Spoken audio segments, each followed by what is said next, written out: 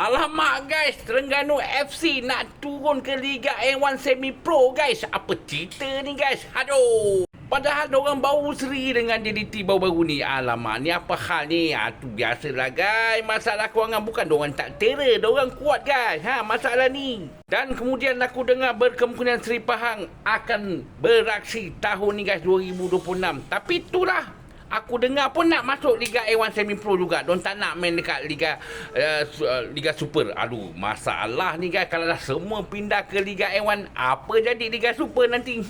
Jadi berantu guys. Akak ni Liga Super ada berapa? Dah ada 13 pasukan.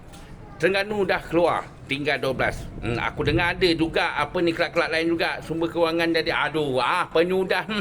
Memang tinggal. Aku ingat dalam 10 pasukan tintu kot dalam Liga Super. Mampu macam ni. Macam mana nak orang kata nak beraksi dalam Liga Super berkompetitif? Betul tak? Jahanam Liga kita guys. Jahanam dibuatnya. Ni semua pasal genuh. Aku marah.